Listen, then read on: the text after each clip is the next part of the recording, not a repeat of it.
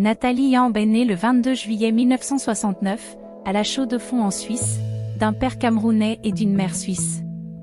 Son père est menuisier et sa mère couturière.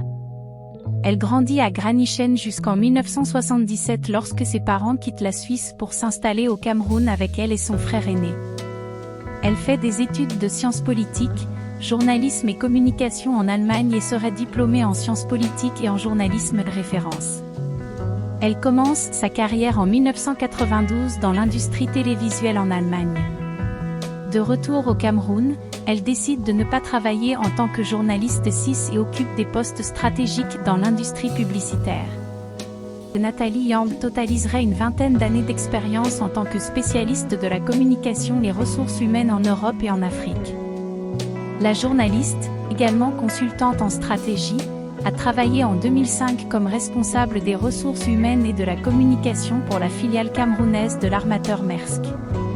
Elle a dirigé au Nigeria le service emploi et formation d'APM Terminal, une filiale de Maersk.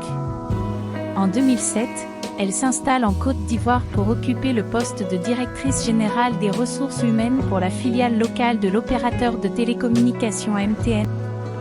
De 2009 à 2014, elle supervise le développement de compétences de l'opérateur télécom en Afrique de l'Ouest et en Afrique centrale. Plus tard, elle devient le porte-parole de l'ancien chef d'État ghanéen Jerry Rawling, puis conseillère exécutive de la mairie d'Azaguié en Côte d'Ivoire.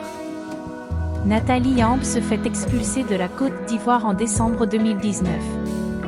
Elle se retrouve dans un avion en direction de son pays natal, la Suisse uniquement avec son passeport, son sac à main et ses médicaments.